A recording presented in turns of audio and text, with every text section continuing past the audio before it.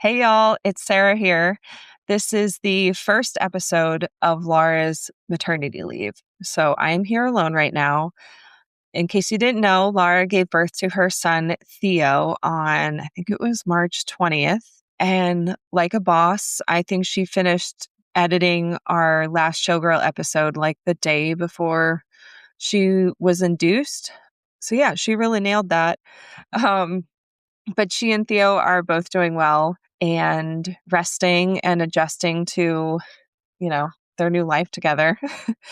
If you want to go over to Instagram and give her some love, I will link her birth announcement post on Instagram. So you guys can go over there and just, give her some well wishes and everything. But for our first episode here of her maternity leave, we are going to unlock an episode from our Patreon vault, as we're calling it. So I did do a poll on Instagram, and Champagne Problems was the winner for what we're going to do. So that's what today's episode is for you. In case you're not aware, on our Patreon, we do one bonus episode every month, and it's basically the exact same format that we do here on the main pod. We have been focusing on Taylor's back catalog over there because we've been focused on TTPD and Showgirl here on the main pod. And the way Taylor puts out music, we're like, we may never get a break. So if we're going to touch on the older stuff at all, we figured Patreon is the place to do it. So that's what we've been doing over there. We've been doing mainly like requests from our Patreon members, or sometimes just something that Laura and I are like, we have to do this song. Like we just feel the urge to talk about it. So that's what's been going on over there. You can also buy single episodes if you're not ready to commit. You don't want to subscribe. That's totally fine. And I just want to say a huge thank you to our Patreon subscribers. It is a small but mighty group, and it does help us pay for the production of the podcast because it does cost money to do all this. And that was our main goal with the Patreon, was to just help pay for all of that. And so far, it kind of is. So that's really great. And if you want to join, we'd really appreciate it. As for the people watching here on YouTube, I'm sorry, but we don't have video for this episode. So hopefully you can just put on in the background, enjoy it as an audio podcast if you're hanging out with us on YouTube. But I hope you enjoy anyway. And yeah, I think that's all I have to say. So yeah, I hope you're all doing well. And thanks for being here. And please enjoy Champagne Problems. Bye. Hello, and welcome to Blank Plate, a podcast for Swifties with an appetite. I'm Sara, and I used to be a little kid with glasses in a twin-size bed. I'm Laura, and I'm a mess, but I'm the mess that you wanted. And we've got a blank plate, baby, and we'll write your name. Welcome, Patreoners. Hey, Patreoners. Happy New Year. Yeah. Crazy. Happy New Year. We decided for January, especially January 1st, a time when lots of bubbly is poured. Although maybe you're doing dry January. I'm not sure. Right. We're doing Champagne Problems today. So yeah, another Evermore track. Yeah, we're on Evermore kick lately. Yeah. It is Evermore season, so. Yeah. Which, by the way, Sara and I was like, oh, what? I forgot last episode, 'Tis the Damn Season, to mention, like, Evermore. Or no, sorry, it was on our main pod, I think, where we were associating, like, the albums with the months. I was like, Evermore is November because, like, Gray November, I've been down since July, duh. And then Sarah's texted, like, days later and was like, the next line is, hey, December.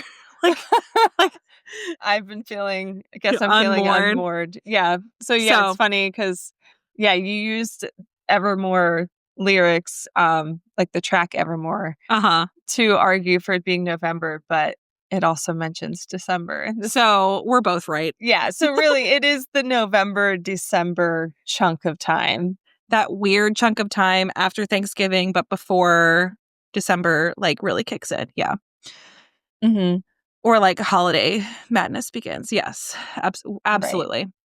So anyway, yes, we're doing another Evermore track. And this one's a doozy. So let's just get right into this thing. So Champagne Problems, Evermore, originally released December 11th, 2020. Written by Taylor Swift and William Bowery. Is this Dun, our dun, first? Is this dun. our first track where we're mentioning William Bowery? I think so. Yeah.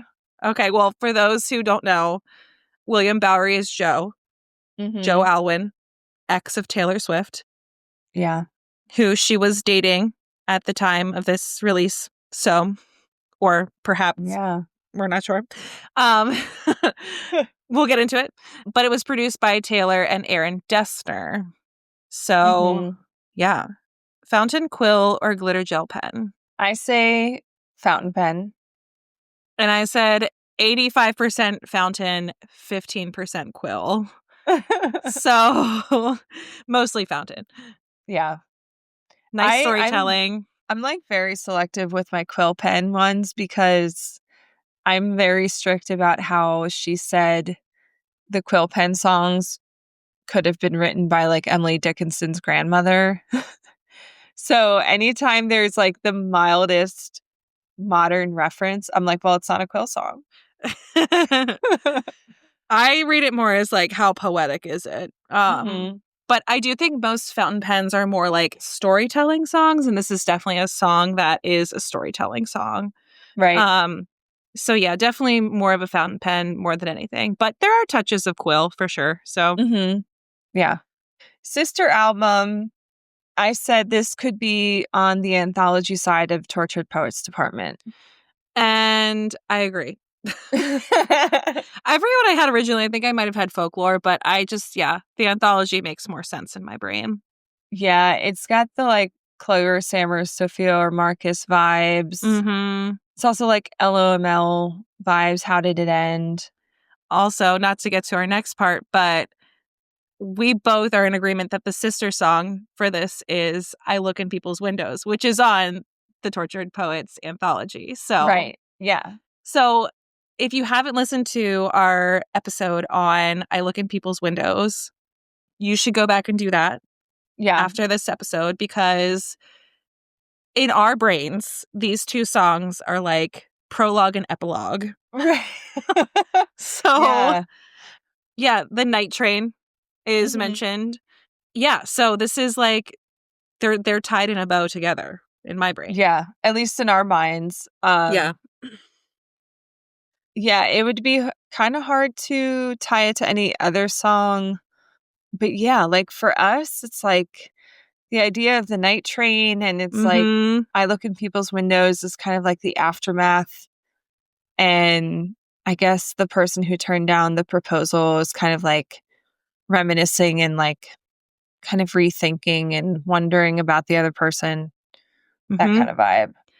And you'll see in our, you know, our episode that we're about to do, there are lots of references that will tie back to I Look at People's Windows to explain. Mm-hmm. But yeah, it's definitely in our cinematic Taylor universe, these two are Yeah. side by side. Um they're at the night train station. That's where their stories cross. Mm-hmm. So I also low-key associate this song with Mad Woman just because like what a shame she's fucked in the head reminds me of Mad Oh, Woman. okay. Yeah.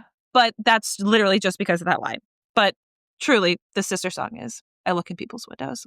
Mm, Okay, so got it. personal associations with this song. I mean, where to even begin? Like, how can we forget the standing ovation at the Eras tour with this song? Like, it was Yeah. just Taylor and the piano. Obviously, it's an important song to Taylor to include it in the Folkmore set, even when like Tortured Poets was added, and that still Mhm. remained part of the set. Yeah. You know, she cut 'Tis the Damn Season. What else? Tolerate it. Tolerate It. Oh my gosh. Right. We are Rude. so lucky that we saw that. Yeah. Okay. We were there before the cuts. But obviously it's an important song. There were a couple performances where Taylor like was emotional while performing it early on. So yeah. Yeah. Um, but yeah, this was really the first song at Evermore that for me stood out as a masterpiece. I remember hearing it for the first time so clearly. I was getting ready for school. It was like December 11th. If Mhm. I'm not mistaken, it was a day quite like today. It was kind of like snowy. We might have even had a delay. I'm not sure. Mm. But I remember I was able to like take my time and listen to the songs like as I got dressed and like went to school.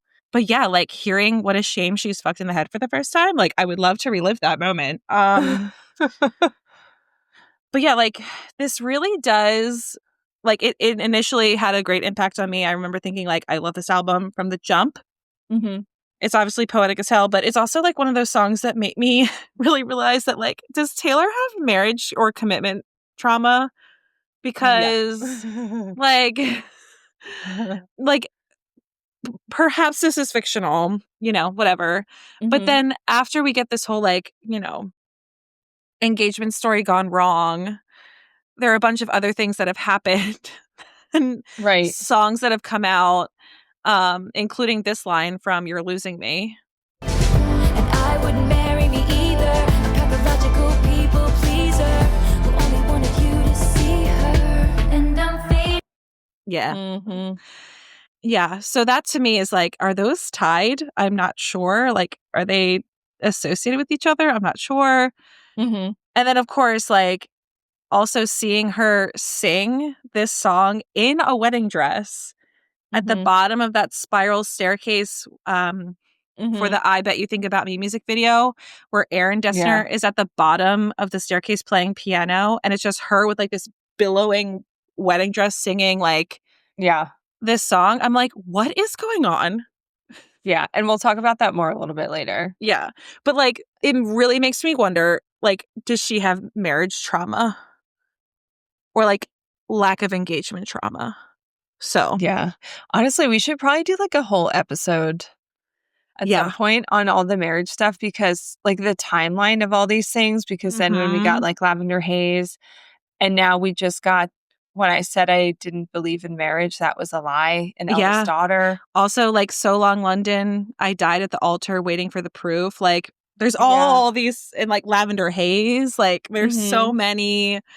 Yeah, definitely. Yeah. Not to mention her first like huge hit is Love Story, which involves Hmm. a proposal. Yeah, we know, girl. We know you want to get married now. But there was a time where there was some obvious, like, stuff going on. Yeah. Yeah. Hmm. Yeah.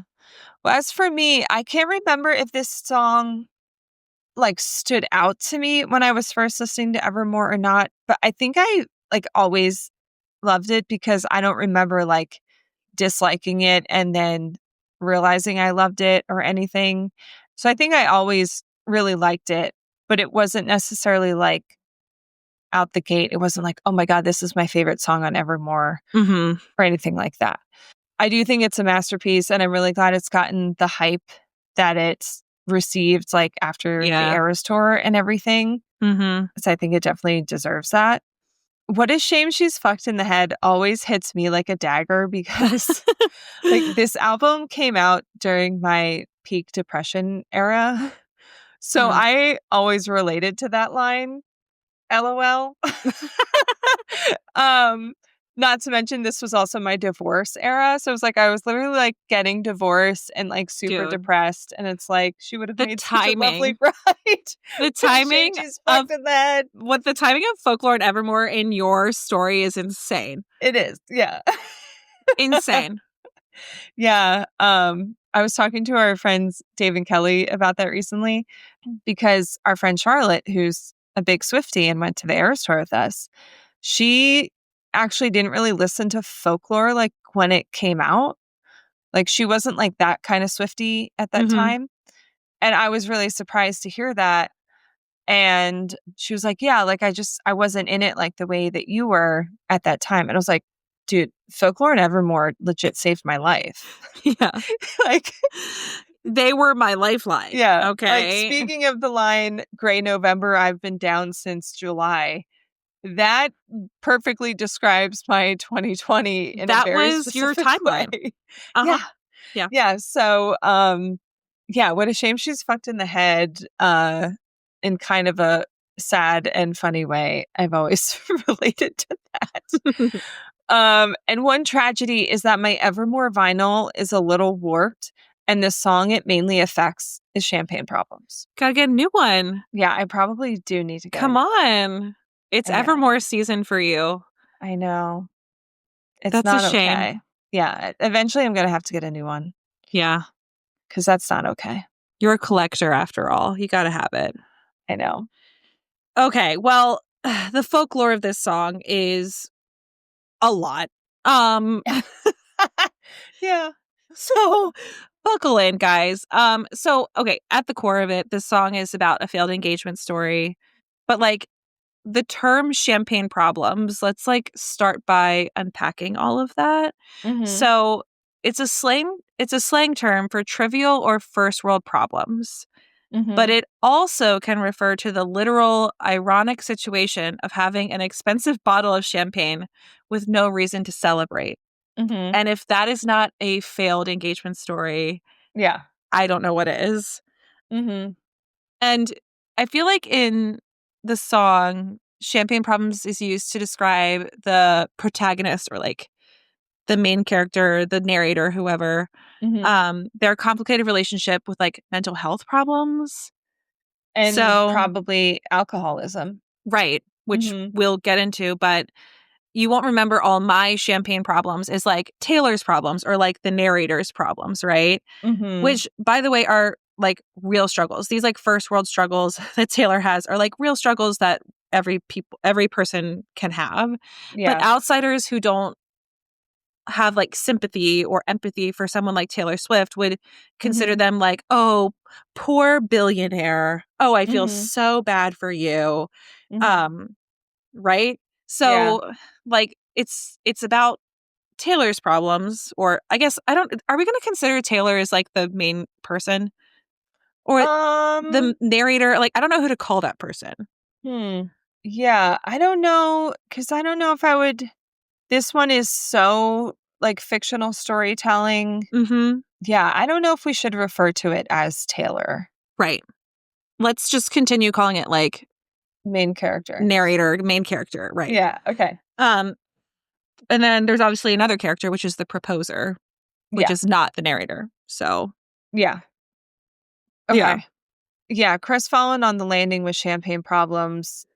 Yeah, like we've got a few ways to read champagne problems in this song, Mhm. which is also on purpose. So it's like the narrator having champagne problems of like mental health and probably alcoholism. The proposer champagne problems are the fact that they have a whole bunch of celebratory champagne that Uh-huh. now serves no purpose, Right. but also the outsiders could call that a champagne problem. Like, okay, so your girlfriend doesn't want to get married to you. Like, Yeah. and maybe this proposer person is also like a rich person because they all seem to be at like some party, like Dom maybe at like a country Perignon. club. Yeah. Yeah. So maybe the other one's like, oh, I'm sorry, like the rich boy didn't get to marry his college sweetheart or Right. whatever. Right. That kind of thing. So it Yeah. literally like the explanation of champagne problems, so like 3 definitions are used throughout the whole song. Like Mm-hmm. it may be about like first world problems or rich people problems, not Mm-hmm. having having a bottle but no reason to celebrate or drink it, and also like alcoholism/mental health. It's all of Yeah. it. So Right. yeah. But Taylor's never revealed if this song was inspired by a real situation. So, like, according to Taylor, it's just a fictional story. Right. Right. Like she's told us in both like the Evermore and Folklore prologue that like fiction is intertwined with fact in this Mm-hmm. album. So it's hard for us to like pinpoint like, oh, like this is definitely about Taylor, or like this could Mm-hmm. totally be a storyline. In fact, she said like, explaining this song that she wrote with Joe, her boyfriend at the time, and said, Joe and I really love sad songs and we've always bonded over music. He started playing that one and came up with the melodic structure of it. So, according to Mm-hmm. Taylor, like this was a song that Joe was sort of fiddling with, Mm-hmm. at least the melody and the chord progression. Mm-hmm. And that's the same way I believe Exile and Evermore came to be as well. Mm-hmm. And of course, Yeah. like the writing of sad songs together made me think of this line. How long could we be a sad song till we were too far gone to bring back to life? Mm. It is kind of a shame that they're most likely never going to write together again because Champagne Problems, Exile, and Evermore Masterpieces. are all masterpieces. Like, I mean, Bonnie beautiful. Bear's on 2 of them, Mm-hmm. but like, holy cow. Yeah. Yeah. And Yeah. they were masters of sad songs. Like, all of these songs are sad. Yeah. Yeah. These are not happy-go-lucky songs. And all 3 of these songs could definitely be about their own relationship in some Oh, yeah. capacity. Because, like, my theory is that Taylor wrote Champagne Problems as a way to write about her and Joe not getting married. Mm. But it makes it fictional, and it also, like, flips the narrative with the woman turning down the proposal because we can assume from everything Taylor has written thus far that she wanted to get married and Joe did not. Mm-hmm. So like, looking back, we know that Folklore and Evermore were a way for Taylor to write about what was going on in her life without actually explicitly saying that it was personal. Right. I mean, we got some of her best writing out of it. Right. Like, through this creative writing prompt. Like, right. And also, like, as Swifties, we were eating up the fact, like, is it fiction? Is it fact? Like, what proof can we pull that it's actually about Taylor? Like, I've always said, even before Joe and Taylor broke up, I was like, you don't write a song like Tolerate It. Mm-hmm. And make it track 5. And say, oh, it's about a book I read. Sure. But girl, like, right. what's going on behind the scenes here? So, like, I think your theory is dead on. I think we obviously know now that, like, there are many clues in Taylor's music that she wanted marriage, but also was trying to play it cool that she didn't want marriage for a period of time, perhaps to, like, save face or save her relationship. Yeah. So, yeah, taking this, like, failed engagement story and flipping it so that it's like, oh, well, it wasn't going to work out anyway. So, like, like, it's, again, Right. maladaptive daydreaming, or, like, which we've talked about with I Hate It Here. It's like making these scenarios in her head that she's like, it is like imaginative storytelling. Yeah. But also, like, is there a little bit of truth to the storyline, like, with the 2 characters? Maybe. Yeah. Yeah. So to go along with all of this marriage trauma for Taylor, like you mentioned earlier, there's a video of her singing this song. She's sitting on the floor while wearing the huge white wedding dress that she wore in the music video for I Bet You Think About Me. Looking stunning, PTW.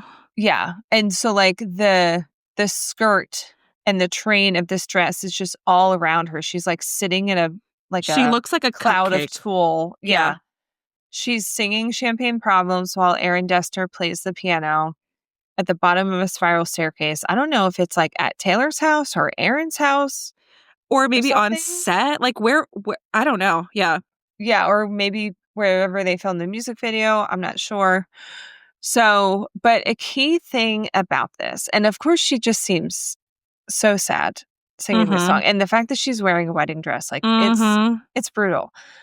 That video, Taylor herself tweeted it. She said, "No problems today, just champagne." Okay. And she posted that on November 23rd, 2021. Taylor, we now know this thanks to Jack Antonoff. Who knows all the tea? I mean, goodness everything. gracious. And he loves to stir the pot. So Taylor wrote You're Losing Me, which is about Joe and her breaking up. She wrote that on December 5th of 2021. So that's, like, about 2 weeks after she posted the video of her singing Champagne Problems. And if that's not a red flag, that, like, hello. For the kind of celebrity that she is and for how much she keeps her life wrapped up, in retrospect with this stuff, when you look back, she tells us so much. I mean, like, there was no reason for her to sing the song Champagne Problems during that time either. Absolutely She not. had released Evermore like A a year year before earlier. that. It wasn't like an anniversary Yeah. post of Evermore. And it was Red TV season. Right. This was like Red TV like rollout. And in my opinion, the Red TV rollout was like the most like planned, concise. Like she did the movie premiere and the whole thing. Like Mm-hmm. this to me, like this was done intentionally. And yeah, she was telling us a lot. So Yeah. yeah. So you guys make your own decisions on this, but Yeah. Let us know what you think. the math But- is mathin'. Also, another fan theory is that this song is inspired by Rory and Logan from Gilmore Girls. Mm-hmm. So, for the non-Gilmore Girls fans, Rory and Logan were college sweethearts at Yale. And when they graduated in the final season, spoiler alert. Yeah. Okay. Skip ahead if you have not seen Spoiler this. alert. Skip ahead. For a show from 20 years ago that everyone has probably seen by now. So Logan tried to propose to Rory by giving a public and impulsive proposal at her Yale graduation party. Like in front of everybody. Yeah, like in front of her family, friends, everyone. And he announced his love for her, presented a detailed plan for their future, which included moving to San Francisco, finding a house, and starting new jobs. It's like, gee, thanks for planning my whole life for me and not consulting me about it. But so he like totally put her on the spot and she asked for time to think. Yeah. And then eventually said no. Mm-hmm. So So it is a failed engagement story for sure. Mhm. The Yale vibes definitely fit this song. Oh, for sure. Yeah. I don't know how much I read into this. I think it's fun. But Mhm. as two Gilmore Girls fans, let's talk about that failed engagement real quick. Okay. To me, Logan was never the one for Miss Rory. To me, he was like Christopher 2.0. Like, Mhm. basically, Rory is cosplaying her mother's, like, her mother's, like, romantic storyline with, like, being told she should stay with, like, the rich, spoiled, rich man. Yeah. But yeah, despite the fact that, like, their relationship was, like, the most, like, grown up out of Rory's relationships compared to, like, Dean, Yeah. especially, and Jess, which is like pretty volatile. Mm-hmm. There's really no growth on Rory's end in that relationship. I really feel like she like kinda regressed. like she's kind of became like a shell of her. Like her storyline sort of completely went on a standstill. Like for most of those seasons that she was with Logan. Mhm. I mean, also like Logan's family's awful, so Yeah. never forget that. But yeah, like I just had to take a little minute and talk Yeah. about how Rory and Logan are not it. So Yeah, I think I was always glad she turned him down. yeah. I was never team Logan. I honestly hated Logan. Yeah, me too. He's he doesn't bug me as much as he used to. I've always been team Jess, Obviously. but it also cracks me up because I think I married a Logan. I don't know who I married. Well, it's funny because since Luke, your husband, is my first boyfriend, he's my Dean. That's hilarious. My Dean. I don't think I ever really had a Jess, if we're being honest. Well, And who could ever have a Jess? Like, none of us are lucky enough to have a Jess. Let's be real. yeah. But yeah, I think like if Josh was fitting in any category, he's definitely a Logan. Yeah, I would agree. But like, he's not like as cocky and like Logan just like how do I even verbalize? Logan is spoiled. He's like the entitlement is insane. Mm-hmm. The proposal itself is a encapsulation of like who he is. Like he thinks that he's like making this grandiose gesture that like Rory's gonna love. But what he ended up doing was making it awkward, putting her on her spot, not giving her a single like ounce of autonomy in the decision of what their life's gonna be. Like Right. like Logan is so toxic in like the most subliminal way. Mm-hmm. Like and there's no way that your husband is like that, period. No. So Well, and especially in the revival, the like Gilmore Girls A Year in the Life, Logan, like the fact that he's just like cheating with Rory constantly, like so gross. Which it's so weird because I think he's still he truly loves Rory. That's why, like, he wants to be with Rory, Right. but they're just not actually compatible technically. So, yeah, I Anyway. don't know. Well, major tangent there, but fans call Taylor like Lorelai Gilmore coded, which in a lot of Mhm. her interview bites, like just their sort of mannerisms and the way that they sort of like Yeah. speak is very similar. And I feel like the Swiftie / Gilmore Girls fan Venn diagram is a circle. Oh, 100%. Absolutely. Yeah. Like, and I have no doubt that Taylor's watched Gilmore Girls.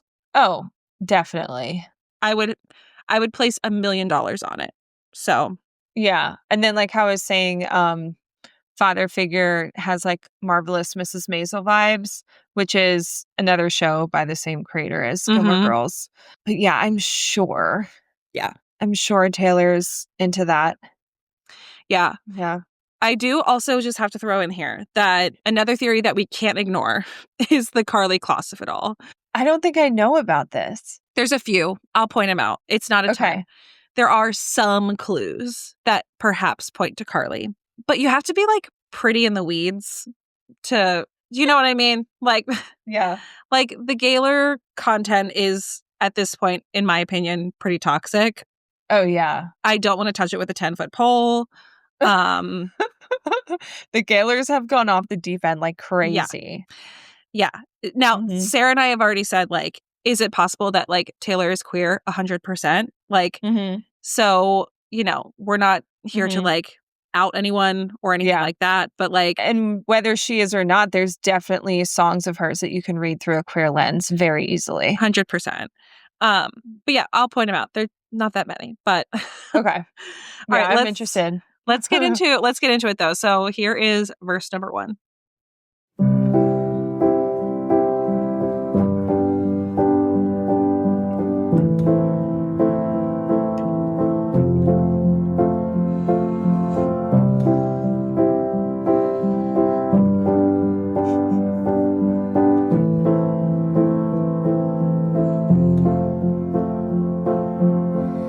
You booked the night train for a reason, so you could sit there in this hurt. Bustling crowds are silent sleepers. You're not sure which is worse. All right. I love that, like, this song, you can tell, was just written on a piano. Mhm. It doesn't need anything else. Yeah, this song, like, in my mind, it's just piano and her voice. But Mhm. then when you actually listen to it and I pay attention, I'm like, oh, there's like strings and like backing vocals and Yeah. stuff. But it flows so perfectly. It's such a simple song at its Mhm. core. It's Yeah. so melodic too. Like, it just has so many, like, without all the beautiful production orchestration, it's like a beautiful melody, beautiful song. So that's why Mhm. it sounds good with just piano and Taylor. So Yeah. yeah. All right. Well, you booked the night train for a reason. Here we go. Cue all the notes we had for I Look in People's Windows. But obviously, like, the most obvious clue that this ties back to I Look in People's Windows is the mention of the train. So then we get this line in I Look in People's Windows. Northbound, I got carried away as you boarded your train south, south, south, south, south, south. Mm-hmm. Yeah. I forget, like, this was the epiphany that came to me while I was driving one day. And I can't remember if I was listening to Champagne Problems or I Look in People's Windows when I was like, wait a minute. Yeah. It was probably This I was Look in People's Windows. this was one of our, like, Taylor Carr thoughts that we were Yeah. sending messages about, because in the cinematic universe, like, they're at a train station Mm-hmm. and the proposer goes northbound. Or Right. no, southbound. Yeah. And the narrator / main character goes northbound. So Yeah. they're They're taking parting their night trains the parting of their separately stories. and Yeah. in different directions. Mm-hmm. Yeah. So that's sort of the main clue that sort of like linked these two in our brains. But yeah. So you could sit there in this hurt, because of the failed proposal, obviously. Yeah. Like they purposely booked the last train out so they could sit and wallow. Yeah. That's a vibe. Like, who doesn't love a good wallowing moment? Who doesn't love a good staring out the window as it rains and you cry with your headphones on? You know what I mean? Main character energy. Uh-huh. Yeah. Bustling crowds or silent sleepers, you're not sure which is worse. Which one is worse? Because being surrounded by bustling crowds, everyone's living like they're normal and like happy lives while you're in misery, like your life has just fallen apart, or being stuck with your thoughts in a silent car. I would prefer the silent sleepers. I think I would get really annoyed by everyone else just like going about their life around me and like acting like everything's normal. I think that would bother me more. Yeah, I agree. I'd rather just be in the vibe, be with my thoughts. Headphones on. Yep. Let me cry. Taylor Swift on, crying. Yeah. Yeah. All right. Here's the chorus one.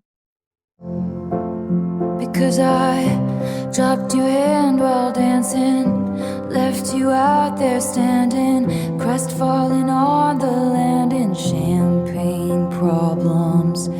Your mom's ring in your pocket, my picture in your wallet. Your heart was glass, I dropped it, champagne problems.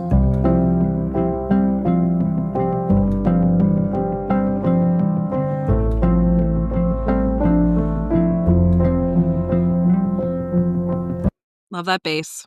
Okay. Because I dropped your hand while dancing. All right. So it could be literal. Like they're like on the dance floor at this party. Then he proposes. She drops his hand, Ooh. Also, it's very much the all too well 10-minute movie. Yeah. Where they have a whole fight about how he drops her hand. Uh-huh. Yeah. How about that? Interesting tie-in. But like obviously metaphorically, it could also mean like she let him go. Like like you were dancing, like we were in the flow of living and like being together, but I dropped your hand. I'm walking out, like I'm leaving. Yeah. So that leads us to all the dancing metaphors, which we've talked about before, but like Taylor loves a dancing metaphor. But this one from Happiness really reminds me of I dropped your hand while dancing. I was dancing when the music stopped. Very similar vibes. But just in general, using the metaphor of dancing or like a song or whatever as like a relationship and how it just like ends. But we get this one from LML. Who's gonna stop us from waltzing back into rekindled flames if we know the steps anyway? And then this one from How Did It End? We learned the right steps to different dances. She loves a dancing metaphor. She just loves like a ballroom scene, like because in my brain, like especially the next line, so it goes, left you out there standing crestfallen on the landing. Like on the landing implies that this is of course public. Like on a landing is like, imagine like the top of like a grand staircase and like on below, I think like Beauty and the Beast, right? Like or like Bridgerton. Yeah, that's the vibe. Yeah, like on full view, like he gets on bended knee. Like, and you know that on that document that Miss Taylor Swift has, she had the word crestfallen written on there. She's like, somehow I'm going to add that word in. What a great vocabulary term. So crestfallen is sad and disappointed. Love it. But like, again, like left you out there standing crestfallen on the landing. Like this image in my brain with all the like waltzing and dancing metaphors is so like it's so clear in my brain of what this scene looks like. Yeah. And we know it's like rich people problems too. So the world building is insane. Yeah. I also kind of associate this part of the song with this section of I look in people's windows. You had stopped and tilted your head. I still ponder what it meant. Now. Yeah. Like when she left him standing crestfallen on the landing. Is that like where he stopped and then did he tilt his head? Or like imagine like he gets on bended knee Mm-hmm. and she like has no answer or like is about to walk away and he just like looks at her and he just goes like, Right. you can't say yes. Like, Yeah. ugh. Yeah. I also wonder if like a landing implies like like a staircase, right? Mm-hmm. But she also talks about dancing. So if we're taking this literally, I dropped your hand while dancing, left you, standing crestfallen on the landing. So I doubt they were dancing on the landing. So like No. what if she like turns him down and then like runs away and then kind of runs after her, but then stops on the landing and then like tilts his head and it's just like, what is happening? you know? Somebody make this a movie. Okay. Yes, we need a music video. Oh. Did you know there's a Netflix show called Champagne Problems? Were we texting about that? Wait, I watched it. It's a movie. Yeah, it's of Is course it like a Hallmarkish movie? Yes, it's a Hallmarky Christmas movie. Okay, there must be a Swiftie on the writing team that knew that this is going to hook the Swifties in. Yeah. But no, I really need a Champagne Problems movie / music video. Yeah, short film. Someone take it upon themselves to do this, okay? Because we know Taylor's not going to. She's not going back to this one. But the vibe has to match what's in my head or else you fail. It's got to be perfect. Okay? Yes. Okay.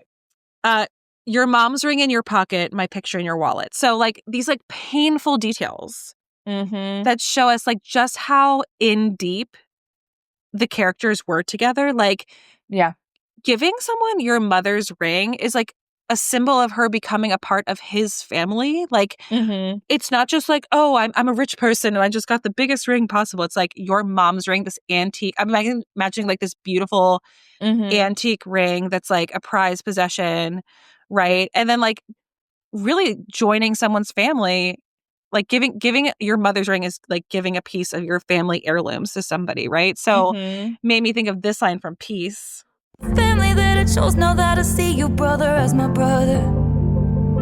Is it enough? Yeah. So like you're really tied into this person and their life and their family, which is why it's so painful. Yeah. I also think that the line, my picture in your wallet, it gives this song a more of an old-fashioned feeling, like this didn't happen in a modern time period. Which kind of gives it a little bit of that like quill pen vibes too. Yeah, it's a little timeless feeling. Yeah, like in today's world, it might be like a photo booth or like my picture on your lock screen. Which we know Taylor has of Travis now, but yeah. But yeah. Uh-huh. It's funny because like I have a picture of Luke in my wallet, but it's like it's one of his yearbook photos from like elementary school. What? That's cute. And sometimes I forget I have it. I'm like, oh. Funny. But no, having someone's picture in your wallet is like such like even like our parents' generation did that way more. Like I remember my mom had a couple pictures in her wallet, but not our generation. So yeah. Yeah. Not really. Okay. Your heart was glass, I dropped it. Poetic. Champagne Problems. So poetic. Yeah, like the most insane way to say that you broke someone's heart. And also that this person was delicate. Oh, you mean like this? 'Cause I know that it's delicate. Isn't it? Isn't it? Isn't it? Yeah. It also made me think of this part of How Did It End, too. He was a hothouse flower to my outdoorsman. Yeah. Fragile. Someone who's a little fragile, a little sensitive, Mm-hmm. delicate. Yeah. Ouch. Yeah. Insane. So we're only on the first chorus and the world building is crazy. Mm-hmm. And then we get verse 2 where we tie in other people in the story. So, and we also get more like champagne mentions here too. Like real champagne. Yeah. Yeah. All right. So here's verse 2. You told your family for a reason. You couldn't keep it in. Your sister splashed out on the bottle. Now no one's celebrating. Yo, that hits. Yeah.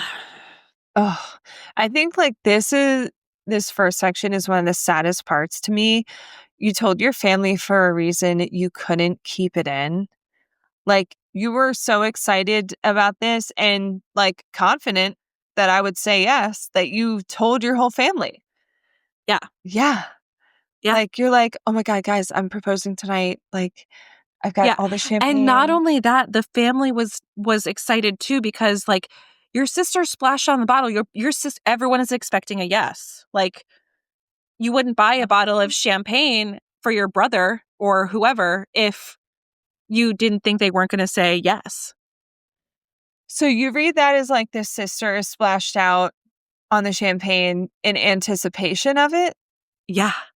Because I always read it as like this sister was like, well, might as well drink this champagne. This thing's a shit show. So funny. I never read it that way. My God. I read it as like, you told your family for a reason you couldn't keep it in. Your sister splashed out on the bottle. Like she decided to like go all out and get like the fancy Dom Perignon for you. She bought it. Yeah, she bought the Dom Perignon for him. Oh, let me look up splashed out. Like to me, splash out is like get expensive stuff, right? Okay, then I did not know what that means. It does mean to spend a lot of money. Okay. Yeah. And Dom Perignon is an expensive champagne, which is mentioned in the next chorus. Okay. I have been reading that so wrong this whole time. I was always reading it as like the proposal then didn't happen, and the sister, who maybe also has some champagne problems, was like, well, we've got all this champagne, might as well drink it, and then just got drunk. Be that. It could be that. Yeah. Okay. Well, I just learned something. Yeah. So like the family literally thought this was going to be yes. Why would the sister bring the champagne? Like expensive champagne. Yeah. Now no one's celebrating. Okay. But here's the first clue we have to a potential Carly tie-in. Okay. So Joe does not have sisters. Carly has a sister. And we know that Joe has brothers mentioned in Peace. But sister is like, oh, that's the Gaylors that were like, ding, ding, ding. To me, this is just like fictional storytelling, like an alliteration. Yeah, sister splash. Yeah, right. I think Taylor would be like, yeah, your brother splash out on the bottle doesn't sound as good as your sister splash out on the bottle. Yeah, for sure. And also, would a brother really splash out on a bottle? I mean, my brother would. Your brother's Colin, different. His love language is like gift giving and acts of service. Yes. So that's what he would do. But most men, no. They'd bring something, but it wouldn't be like Dom Perignon. So yeah. Yeah. Interesting. Okay, so that totally changes this for me, but that makes more sense in the like order of this one. Mm-hmm. Like she splashed out on the bottle, but now no one's celebrating. Okay. Yeah. Okay. All right. I'm on board. I didn't realize. You're not wrong. She could easily be like, all right, let's go. No one's celebrating. Might as well drink it. Yeah. Yeah. Oh, but yeah, now no one's celebrating. Like, ugh. The champagne problem. Also, it's kind of a trope to have that like awkward moment when someone shows up with celebratory champagne right after something terrible happens. Yeah. Or you like pop the champagne because you think that like they just got engaged, but everyone's like, dude, no. Like, and everyone's like staring. Yeah. Yeah. Like, uh-oh. It's a classic like romantic comedy trope. Definitely. Yeah. Yeah. All right. Well, here is chorus 2. Dom Perignon, you brought it. No crowd of friends applauded. Your hometown skeptics called it champagne problems. You had a speech, you're speechless. Love slipped beyond your reaches, and I couldn't give a reason. Champagne problems. All right, so there we got that Dom Perignon that the sister splashed out for. Mm-hmm.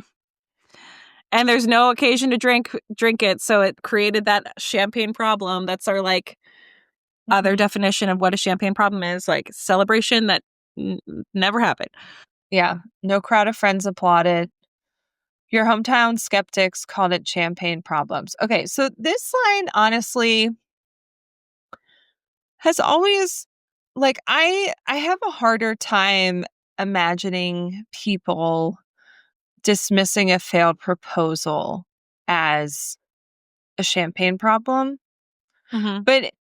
But she says hometown skeptics. So are these people who never thought this relationship was going to last in the first place? I read this as actually, okay, you can read it two ways.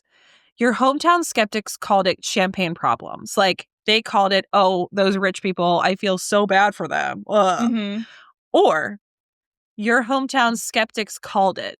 Like this relationship was never going to work out. That makes more sense. Do you know what I mean? Yeah. Like they called it. Yep. They were like champagne problems. This woman's insane. There's no way that they're, you know what I mean? Like, right. Yeah. Like they're like, there's no way this was going to last. Mm-hmm. There's no way they're getting married. Mm-hmm. Yeah. So yeah, that's probably right. Like I imagine if this is like a college story, right? No crowd of friends is like the friends that they had mutually in college, right? Mm-hmm. At Yale, wherever. Right. You want to say. Your hometown skeptics are like this guy's boys from like back home. They've probably met the other person, like, and they're just like, dude, this is just like not gonna work out. Like, can't he understand? Like, you know what I mean? This is why Taylor's such a good writer, because it could be done both ways. So yeah. And I'm sure she wrote it that way on purpose. Mm-hmm. Okay. That makes sense. You had a speech, you're speechless. Well, damn. Because again, like that classic trope of like, this person was like prepared to give like this celebratory speech to announce their engagement to everyone. And she said, yes, I can't wait to marry the love of my life, blah, blah, blah, blah, blah. Mm-hmm. Well, that celebratory speech she had prepared went bye-bye because this did not go according to plan. Yeah. Yeah. It might even could also even be like the speech she had prepared to propose.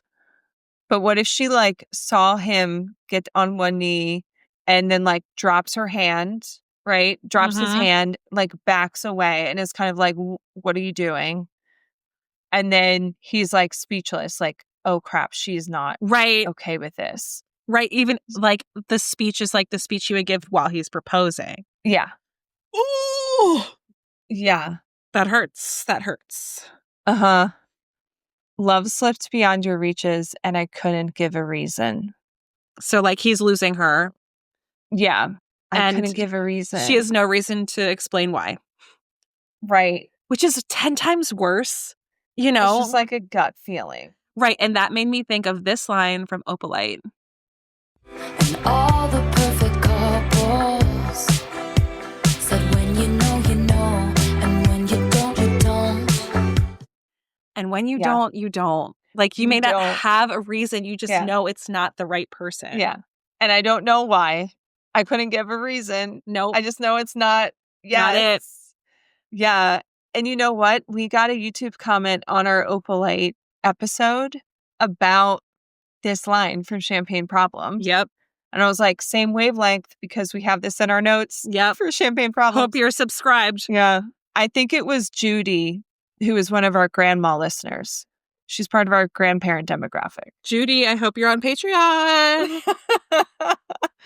Shout out to Judy. I think it was Judy. And if I have that wrong, I'm sorry to the actual person. P.S. I love that our niche demographic has become older Swifties because it's the sweetest demographic ever. Yeah. It's amazing. It is. We love it. Yeah. Anyway. Okay, bridge time. Oh gosh. Yeah, let's do the bridge. Buckle in. Here we go.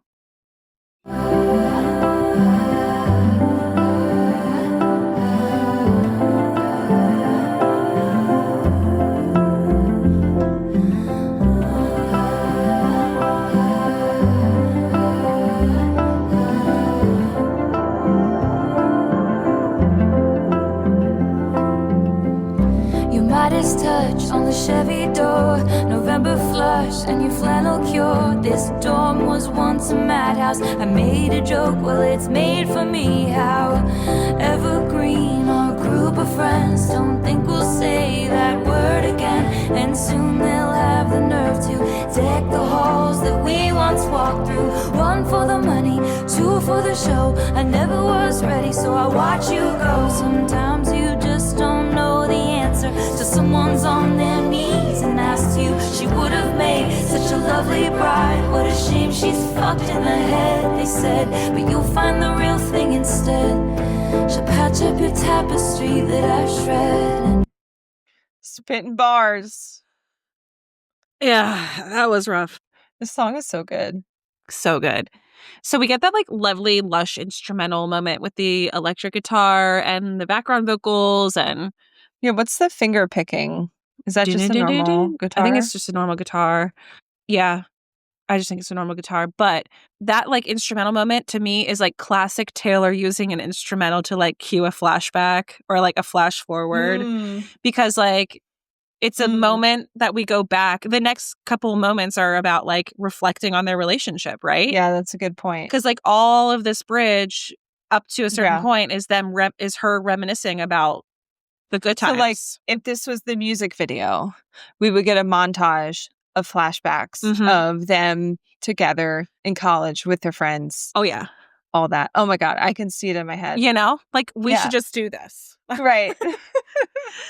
So yeah, like your Midas touch on the Chevy door, November flush, and your flannel cure. This dorm was once a madhouse. I made a joke. Well, it's made for me. However great our group of friends. Don't think we'll say that word again.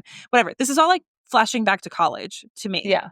Like your Midas touch on the Chevy door, November flush, and your flannel cure is like poetry, first of all. But what she's essentially saying is like, when I was like so infatuated with you, everything you touched turned to gold because that's Midas's curse, right?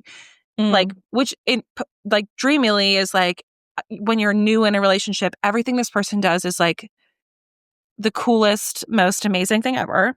On the Chevy door is like a pretty generic car. Like, imagine being college students together. Like, they're on a date and like he's opening the door for her. She's cold because it's November and she's flushed. The flannel cure is him giving his flannel to her. It's like such like a classic young dating like blip in time. Do you know what I mean? Yeah. And to me, it's college. But totally. Yeah. And then in quotes, we have this dorm was once a madhouse. So we're assuming that the proposer, said that because then she says, I made a joke. And then in quotes, well, it's made for me because she's fucked in the head. Right. So, right. Yeah. Yeah. So it's kind of like a call forward to what a shame she's fucked in the head. Yeah. Implying that she belongs in the madhouse because she has like mental health issues. And it's made a joke, but it's made for her. So, yeah. Yeah. Yeah. This group of friends thing is so interesting. However green our group of friends, don't think we'll say that word again. Well, before we get to like the group of friends, I think the word that they're not going to say again is our. Like, yeah. Now she's like, oh God, we're not going to use that word anymore because like we're not together anymore. Right. It's either that or friends. But this is one of the major debates of this song. Yeah. Which one? What is that word? Yeah. You know, which word is it that they're not going to say? Evergreen, because evergreen is like something that lasts forever. But most people argue it's either our friends. Yeah. So back to the group of friends. Some fans speculate that Chloe or Sam or Sophia or Marcus is a sister song, and those names are the group of friends. But I'm with you. I don't fully buy into that. I think it's like a fun theory, but I don't actually believe that that's true. To me, the names Chloe or Sam or Sophia or Marcus are literally strewn together to prove their randomness. Mm-hmm. There's no way that they're like a collective group. So like if you listen to the story of Chloe or Sam, by the way, like this is one of my low-key favorites off of Tortured Poets, which we have not done in an episode, but Yeah. the whole like kind of gist of this song to me points really to Maddie Healy, but it's about like basically you're done with somebody, you see a picture and video of someone basically like making out with like a rando named Chloe or Sam or Sophia or Marcus. Like just, I don't know what their name is because I don't know who they are. There's some rando, girl or boy. Right.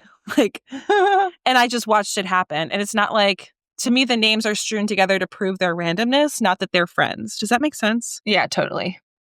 Yeah. So interesting thought, but not necessarily one we subscribe to. Yeah. But the part of the song that we're talking about is this. Your hologram stumbled into my apartment, hands in the hair of somebody in darkness, named Chloe or Sam or Sophia or Marcus, and I just watched it happen.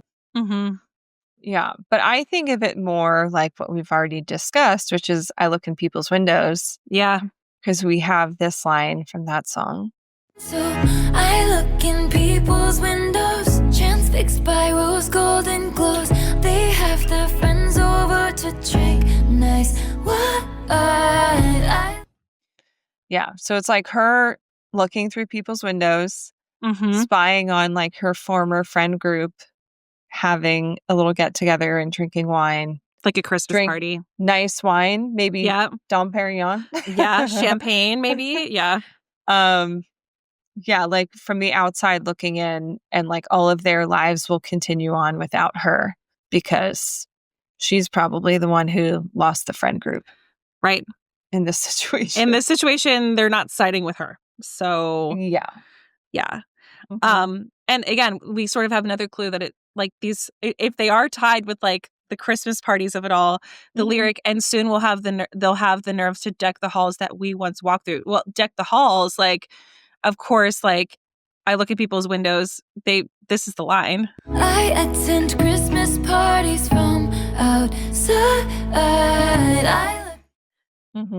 Like the friends and, life will carry on to like the holidays and celebrate this time of year, which like is another clue that this is again around the holidays. Yeah, like another point in the column for Evermore being a Christmas album. Because I think this is a clue that the proposal is happening around the holidays. Yeah. Which is a popular time for proposals in general, like especially when you want family and friends to all be there. So maybe it's like a holiday party. Speaking of which, Josh proposed to me at the like Lehigh Valley Democrats Christmas party. Yep. And I got proposed to in December too. So yeah. In our kitchen. Yeah. So like this is the time. Because the idea is like you propose in like the December holiday party time, and then you have like the cozy holidays together and like family. You can see everybody and they're all excited for show off the ring, like the whole, you know what I mean? Like yeah. Okay. Then we get 1 for the money, 2 for the show. I never was ready, so I watch you go. Okay. So like obviously like never ready for marriage. And so here's the thing. Carly and Taylor. This is like there's only 2 tie-ins for the Carly of it all. I just feel like we have to mention it because like if we don't, someone's going to be like, you totally avoided it. But like the sister is one, and then the second is this line, 1 for the money, 2 for the show. That is literally the title of Carly and Taylor's collaborative Vogue photo shoot that they did together. That's right. Yeah, I forgot that did have a tie-in here. Yeah. But also like 1 for the money, 2 for the show is also like, I don't know, like starting a race or like, you know what I mean? Like, yeah, I had to look this up, and it's actually this line in the song is a play on a children's rhyme, which has been interpolated in like a ton of other songs. So the rhyme is 1 for the money, 2 for the show, 3 to make ready, and 4 to go. Mm-hmm. And so children have used it as early as the 1820s to count before starting a race or some other activity. And it's kind of like ready, set, go. Mm-hmm. So it's interesting how she changed it to be 1 for the money, 2 for the show. I never was ready, so I watch you go. Right. Like she literally couldn't take that next step and had to like let this person go without Also, her. if you want to read into the money and show of it all, 1 for the money, 2 for the show. It's like these are reasons that like you should stay in the relationship. 1, it's good Mm, money. He's the right person. Like they're right. the same like sort of upper crust families, right? Mm-hmm. 2 for the show is like, well, everyone expects us to get married. Like everyone, like, you know what I mean? The expectation for us to the show, I should put on the show of being this happy relationship. But then she Mm-hmm. says, I never was ready, so I watch you go. So like, Yeah, I like mm-hmm, that. mm-hmm. That's actually really good. She just couldn't take it. She couldn't do it. Mm-hmm. Even though everything was queued up, couldn't do it. Yeah. Okay, so then we have sometimes you just don't know the answer till someone's on their knees and asks you. And here's where we have to discuss it's not till someone's on their knee and Mm-hmm. ask you, like on a bended knee. They are on their knees, plural, Mm-hmm. which means they are on their knees begging. Right. Like, Crazy. please. Yeah, Please. Yeah. like what do you mean? Like come on, we love each other. Let's just do it. You know They're you love begging. me. Yeah. You know we'll be great together. Yeah. Right. It's the plural knees is a real dagger. Mhm. Yeah. And again, it's like you don't know till you know. Yeah. Like from Opalite, but like the reverse. When Right. you know. When you know that it's a no, you know. Sometimes you don't know the answer until someone's asking you. Right. And you're like, oh God, now that I'm thinking about it and it's Mhm. in my face, I have to say Yeah. no. If it's not a yes, it's a no, honey. Okay. I feel like it's when someone's like trying to decide between two things and you're like, I really can't pick, and then you make someone else pick, and then as And soon then as you're like, that I person picks actually one, wanted you're the other like, one. wait, I wanted the other one. That's literally me at all times. I'll be like, Luke, which one should I wear? This or this? And Yeah. I'll be like, no, I'm not wearing that. Right.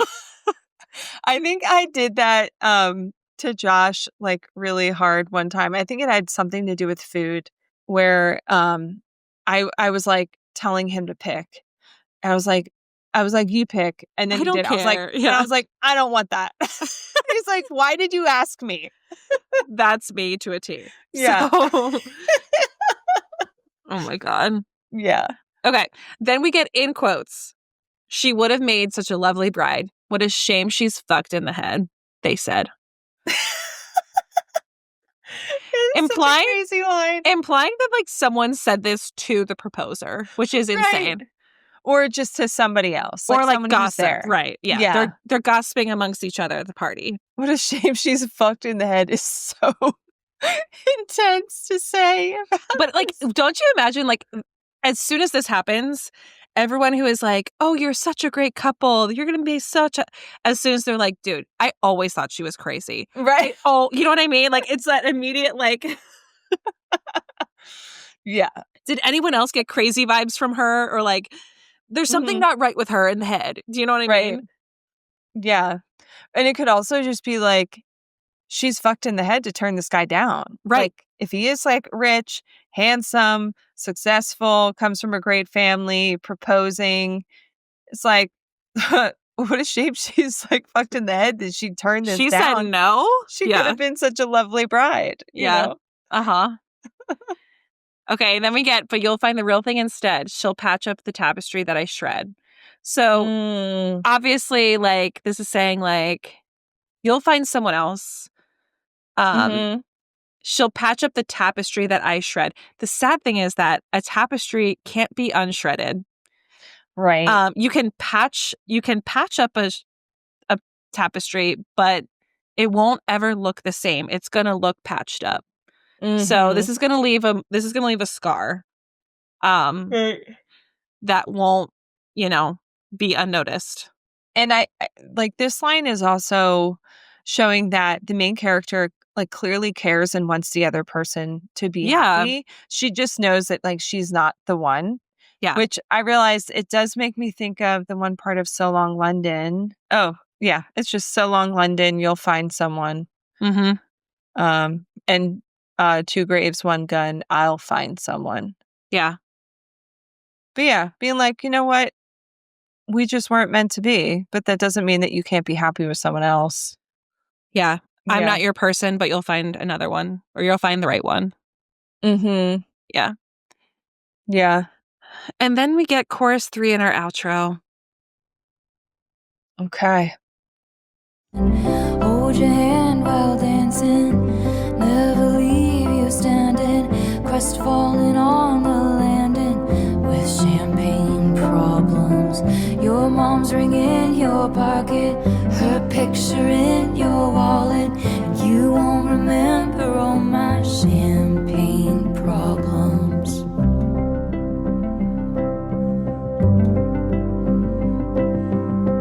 You won't remember all my champagne problems.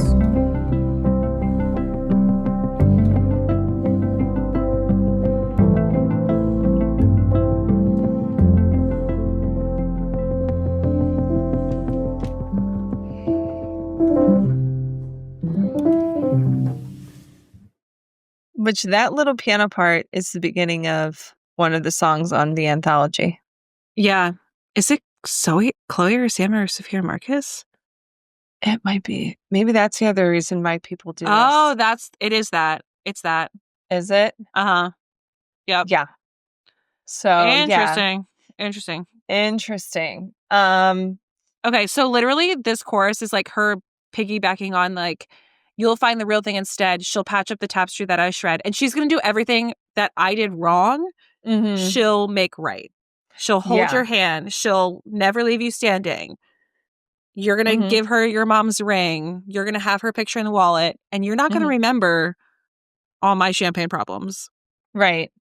Which like this definitely like attributes the champagne problems like to herself, which could be like the drinking problem specifically, Mm-hmm. but it could also be like all three of the Oh, champagne yeah. problems we discussed, where it's like, okay, her champagne problems being like drinking, mental Mental health, health. Yeah. the champagne problems she caused by them not having reason to celebrate with the champagne, and also probably, the things in her life going on that people will say are champagne problems and not real things that should be affecting her, Mm-hmm. which is especially when you have mental health issues, people will jump to say like, what do they have to be like depressed Right. about or whatever, when it's like, okay, people don't like choose to be depressed. It's like an actual chemical imbalance. So like Yeah. your life could be absolutely perfect in every aspect and you could still be depressed. It doesn't matter. Yeah. So Yeah. yeah. Interesting. Lack of empathy. Yeah. Mm-hmm. Yeah, so what a masterpiece. Yeah. Please let us know if there's anything that we missed or if there's any theories that we just are unaware of, because Mm-hmm. I'm sure there are. Yeah, we sort of talked about the music theory production like while we were listening. There's a lot of Aaron Dessnerisms, even the guitar, the like bass line, all very Aaron. The fact that Joe played piano and the piano's at the end. But yeah, like it's just an amazing song. Also, it's track 2, correct? Is it? It's early in the album. I think it might be track 2. It is track 2. Yeah. So like we go from Willow to like to this, and I just like from the jump I was like, oh, this album's gonna hit. Like and I mean, 'Tis the Damn Season is not too far after this. So there's like so many like classic Taylor storytelling moments in Evermore, and I feel like this and 'Tis the Damn Season are like 2 of the strongest. But yeah, also really painful. So Yeah, 'Tis the Damn Season definitely has a similar vibe, like a similar cinematic universe going on. mm-hmm. And it's like maybe a different character who's at the same college but comes home, for the holidays. Which is amazing. Taylor never went to college. Right. I know. Where does she get all this? Yeah. What's funny though? Like, so Evermore is my favorite album. When it Same. first came out, I liked it a lot, but initially I didn't like it as much as Folklore because Folklore was Folklore and it was what we had all gotten used to. And then this came out as a sister album and it was like same, but different. And I was heavier. like, and I was like, I don't know if I like it as much as Folklore, but give it time, baby. And now it's my favorite. So it's a masterpiece. Yeah, it's so good. I also think like some of this stuff also ties into the song Happiness, which is one of my favorites. Similar like breakup kind of story. Someone that you have a lot of history with and struggling with that, the ending of that relationship and accepting the fact that you will both move on and like be with other people. And stuff. And it's kind of like murky. It's like no one's a villain. Yeah. Ugh. This album's so good. What do you do when a good man hurts you and you know you hurt him too? Yeah, this Evermore is so goated. It's insane. Yeah. Okay, favorite lyric and rating. Okay, so I'll go first. This is mine. Sometimes you just don't know the answer till someone's on their knees and asks you. Just a dagger in the heart. Also, we didn't mention that when Taylor performed this on the Eras tour, how insane she got during the performance of What a Shame She's Fucked in the Head, like the crazy faces she was making. Oh, yeah. Like how progressively it just got like, what a shame she's fucked in the head to like, what a shame she's fucked. Like she was just making insane faces. Yeah, she's like, what? Yeah. Which means that she's like having fun with it. It's not quite as like tender. Yeah. So that's growth. But anyway. So yeah, I love sometimes you just don't know the answer till someone's on their knees and asks you. It's like, a dagger to the heart. And I gave this a 9.6 out of 10. So yeah, it's very, very good. It is. I gave it a 9.5 out of 10. It's up there in the Taylor like masterclass. And then this is my favorite lyric. Your heart was glass, I dropped it. Shame. Yeah. Your heart was glass, I dropped it. Shattering. It's so good. I love it. Poetic. Yeah. Well, I like both of our recipes for this. Yeah. Kind of similar vibes. Yeah. We do have similar vibes here. So I chose a cocktail called Death in the Afternoon, which I have had. It's essentially just absinthe and champagne. Apparently Hemingway, this was like one of his go-to cocktails. Okay. But it will really mess you up. Like the name makes sense to me. Like proposal happening in like the afternoon hours and then like the proposer leaves sulking on the night train. Like, or maybe it's like the build up to the evening is like that afternoon he's like getting the ring and he's getting the champagne and like, you know what I mean? Like whatever. But Death in the Afternoon, I mean, this is the type of cocktail that they would serve at a swanky like 1920s like soiree. And it would totally mess you up. And I have gotten messed up on these cocktails. And honestly, absinthe is so nasty. It is nasty. I just don't like that. What flavor is that? Like, it's in like Pizzelle cookies. The anise? Anise. Yeah, that anise flavor is very overwhelming. So, yeah. Yeah. So mine is also a cocktail. It's a Saint Germain Elderflower 75. So it's a twist on is it called French 75? Yeah. Yeah. So this one has Saint Germain, which is elderflower liqueur with gin, lemon juice, and champagne. And of course, I wanted to do a cocktail that had champagne in it. But I went with this one specifically because one time I had a cocktail very, very similar to this that my uncle made me. And it legit made me fucked in the head. Like, I don't know what was going on. I don't know if it was like the mixture of like the wine with the gin and stuff, but I remember sitting in a chair at his house and my whole body was just like falling to One of the those cocktails side. that's like deceivingly strong because it tastes good. Yeah. And it like totally screwed up my equilibrium. Like I couldn't sit straight. I was not even standing. I was in a chair and I was just falling over. So Well, I had both a of our weird reaction to it. cocktails had to have champagne. So, like, to me, these Right. like totally make Yeah. sense. And I could totally see the one that I picked being like the event cocktail of the evening at some like fancy Oh, yeah. holiday party where the proposal happens. Mm-hmm. Definitely. Yeah. All right. Well, we did it. Yeah, we did. We did it, Joe. Yeah. So that was a doozy. 2 Evermore tracks. So I think we're going to depart from Evermore just for the next Mhm. episode, right? Don't But forget to let us know any requests that you have. yes, please. Hit us up. I'm happy to keep doing Evermore tracks. Right. You know, I'll speak for Sara too. We both are fine with We that. love Evermore. Yeah. But we might have, I think, a Midnight's track coming up next for us, I think. I think so. At least we have that planned. So if anyone wants to chime in before that, let us know. But yeah, thanks so much for joining us. If you want to support the pod, make sure you're following us on TikTok and Instagram at Blank Plate Pod, and subscribe to us on YouTube. Oh, sorry. I zoned out, but I'm here. You can check out our website at blankplatepodcast.com, and please send us an email at blankplatepod@gmail.com, or leave us a voicemail or text us at 717-382-8313 to share all of your Taylor thoughts. Thank you so much for supporting us here on Patreon, and make sure to stay active with us and call dibs on our next episodes like we just talked about.